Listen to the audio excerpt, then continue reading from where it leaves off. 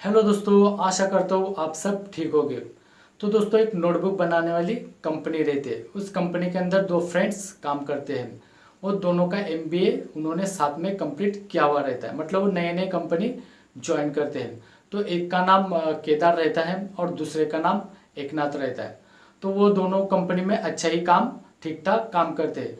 तो उसमें से जो एकनाथ रहता है वो कंपनी के अंदर बहुत ही अच्छी से मतलब ठीक ठाक काम करता है। मतलब बॉस उसे जितना काम बोलेंगे वो उतना ही काम करता था, ना ज़्यादा करता था ना कम करता था। तो बॉस बोलेंगे उतना ही काम करता था। तो वो तो मतलब बॉस को बताना चाहता था कि मैं आप जितना काम मुझे बोलते हैं मैं उतना ही काम आपको करके देता हूँ। आप अगर मेरा प्रमोशन करके देंगे तो मैं आपको इससे भी ज़्यादा और काम करके दूंगा। और जो कंपनी के जो दूसरे एम्प्लॉयज़ रहते हैं, उसके जो सीनियर रहते हैं, तो उनका भी वो अच्छी तरह से सुनता था। वो भी उससे जो काम बोलते थे वो भी उनका काम करके देता। मतलब कुछ भी हो जाए, जो काम दिया है वो पूरा करके ही देगा। तो उस कंपनी में इसकी अच्छी पहचान थी। मतलब उसको अच्छा सब मानते थे। और वही दूसरी तरफ जो केदार रहता है वो भी कंपनी में अच्छे ही काम करता है, लेकिन वो क्या करता है, उसको जो काम दिया हुआ रहता है उससे वो ज़्यादा काम करता था, क्योंकि कंपनी के बारे में वो अच्छी तरह से जानना चाहता था। तो ऐसे ही दोनों फिर मतलब उनको दोनों को 4 साल हो जाते हैं उस कंपनी में काम करते करते। तो एक दिन क्या होता है, जो केदार रहता है वो कंपनी छोड़ने का निर्णय लेता है। तो ये केदार सभी को पता चलता है, कंपनी के जो एम्प्लॉयज़ रहते हैं उसको, और जो एकनाथ रहता है उसको भी पता चलता है। तो उसे वो पूछता है कि यार तुझे क्या प्रॉब्लम है, कंपनी तो अच्छी है, क्या समस्या है हमें बता, कुछ प्रॉब्लम होगी तो हम सॉल्व करके देंगे।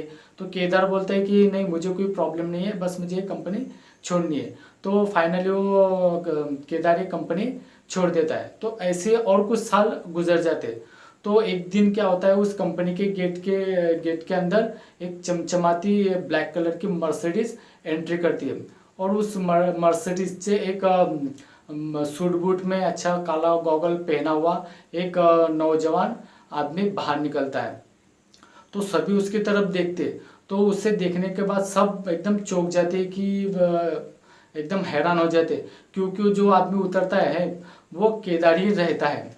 और केदार बोलता है कि मैं यहाँ पे मेरे फ्रेंड को मिलने के लिए आया हूँ एकनाथ से। तो एकनाथ उसके पास आता है, फिर बोलता है यार तू बहुत बड़ा आदमी बन गया, तूने ये मुकाम कैसे हासिल किया।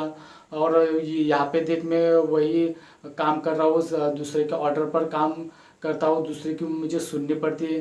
तो तूने ऐसा है क्या किया, मुझे बता।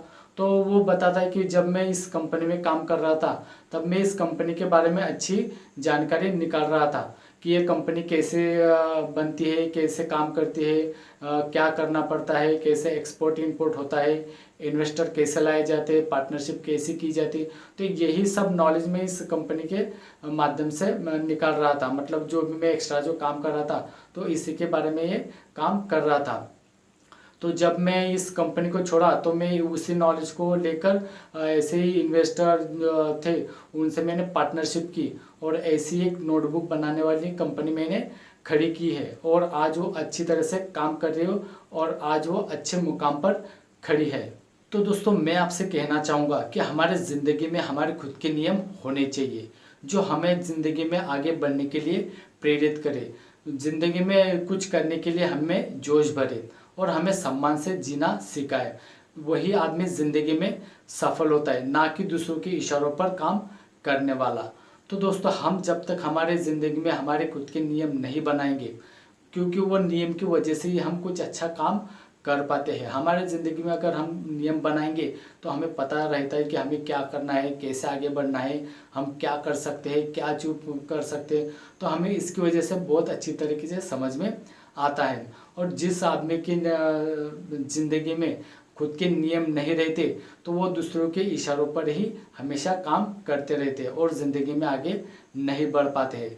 तो दोस्तों, आपको आगे बढ़ना है तो आपको आपके ज़िंदगी के खुद के नियम बनाने ही पड़ेंगे, तभी आप आगे बढ़ सकते हैं। तो दोस्तों, आशा करता हूँ ये वीडियो आपको ज़रूर पसंद आया होगा। तो दोस्तों, अगले वीडियो में मिलेंगे, तब तक के लिए जय हिंद, जय भारत।